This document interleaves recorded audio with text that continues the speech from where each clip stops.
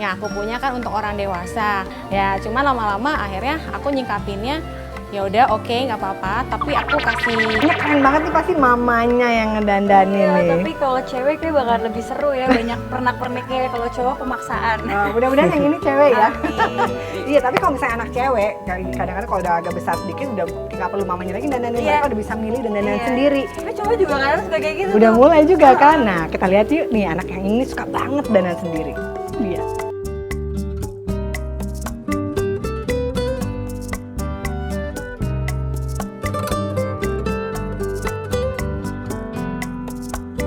Siapa tak kenal Suri Cruise? Si cantik buah hati pasangan Tom Cruise dan Katie Holmes ini kerap mencuri perhatian halayak lantaran gayanya yang fashionable. Duh, gemes ya. Tapi bukan cuma Suri loh yang gemar berdandan dan bergaya. Zahra nih contohnya. Sejak berumur 1,5 tahun, ia sudah mulai suka mengikuti kebiasaan ibunya berdandan. Zahra bahkan kerap berbagi kosmetika dengan Ine sang bunda.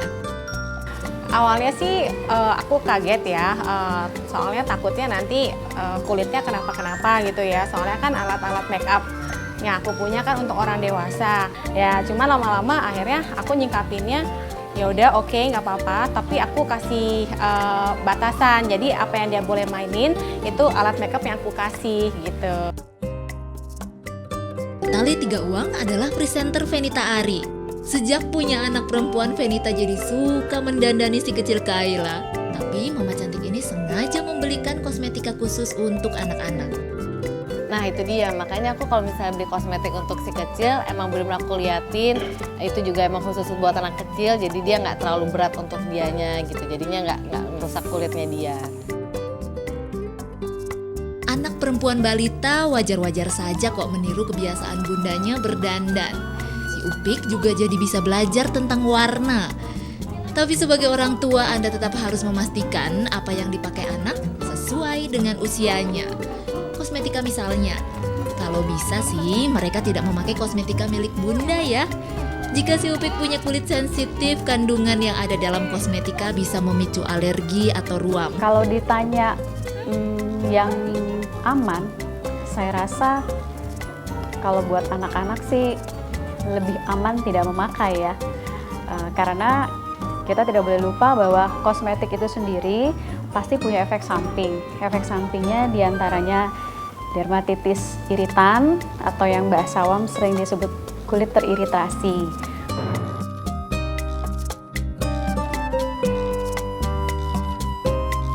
Memang sih saat ini banyak dijual kosmetika khusus untuk anak-anak. Bentuk dan warnanya lucu-lucu, tapi tetap perhatikan label kandungan bahan dan cara pakainya. Juga selalu bersihkan kosmetika yang dipakai. Tapi selain kosmetika untuk merias wajah, soal pakaian juga sama pentingnya.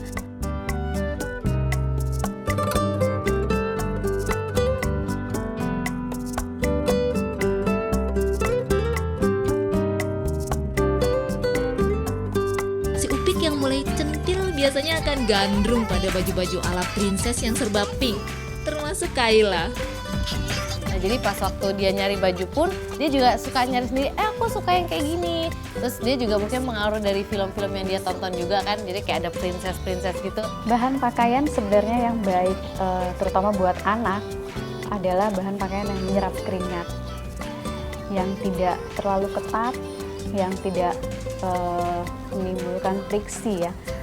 Kalau bahan-bahan yang disebutkan tadi seperti baju-baju princess itu kan sering sekali bahannya sebenarnya nggak enak ya, udah nggak menyerap keringat gitu, kadang-kadang malah bikin gatal. Nah itu tuh buat anak-anak mengganggu ya.